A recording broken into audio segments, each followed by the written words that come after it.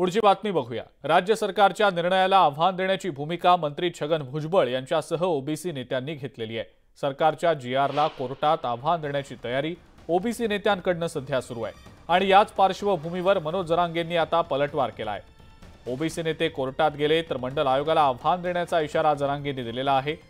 दरम्यान भुजबळांनी जरांगेंवर निशाणा साधत झुंडशाहीच्या पुढे सरकार नमतं घेत असून जरांगेंमध्ये हिंमत असेल तर त्यांनी मंडल आयोगाला चॅलेंज करावं असं म्हणत जरांगेंना आव्हान दिलंय।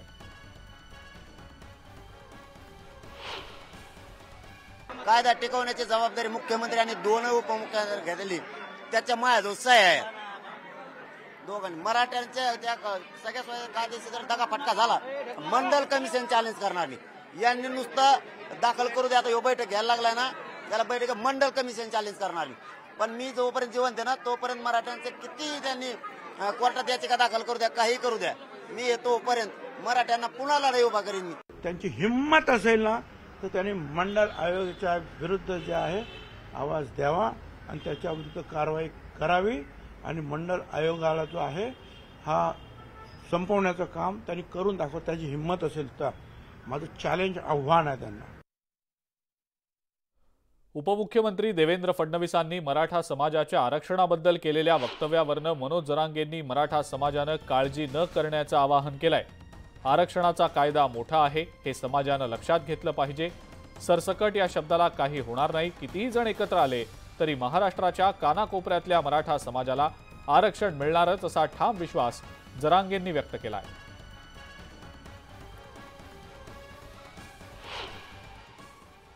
लहान कायदा नाही, जरी एक शब्द असेल छोटा, गणगोतातील सगळे सोरे, परंतु याचा अर्थ असा आहे की जर एवढे एकवटलेत याच्यासाठी तर हा कायदा मोठा आहे, त्याला काही होणार नाही।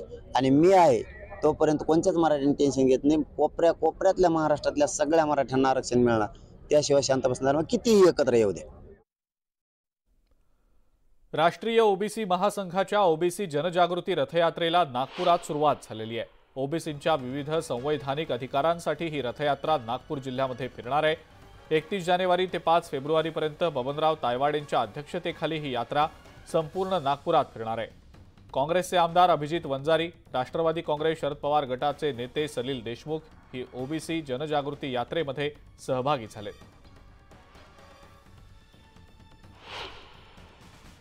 मराठा समाजाचं ओबीसीकरण करणार नाही आणि सरसकट कुणब्यांचे प्रमाणपत्र सुद्धा देणार नाही। त्या व्यतिरिक्त हॉस्टेलचा प्रश्न होता, स्वाधार योजनेचा प्रश्न होता, स्कॉलरशिपचा प्रश्न होता, हे पूर्ण करण्याचं आश्वासन सुद्धा आम्हाला दिलं होतं।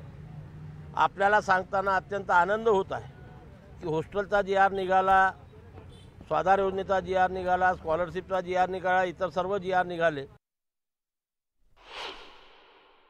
सरकारने मराठा आंदोलकांच्या हातामध्ये जी काही कागदपत्र देऊन मराठा समाजाच्या लोकांचं समाधान केलं आणि त्यांनी ते आंदोलन मागे घेतलं, यामध्ये मी जबाबदारीपूर्वक खात्रीपूर्वक हे विधान करतो की यामुळे ओबीसी समाजाच्या आरक्षणाला मुळीच धक्का लागलेला नाही।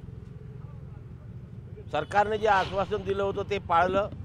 सरसकट कुणब्यांचे प्रमाणपत्र दिलेले नाही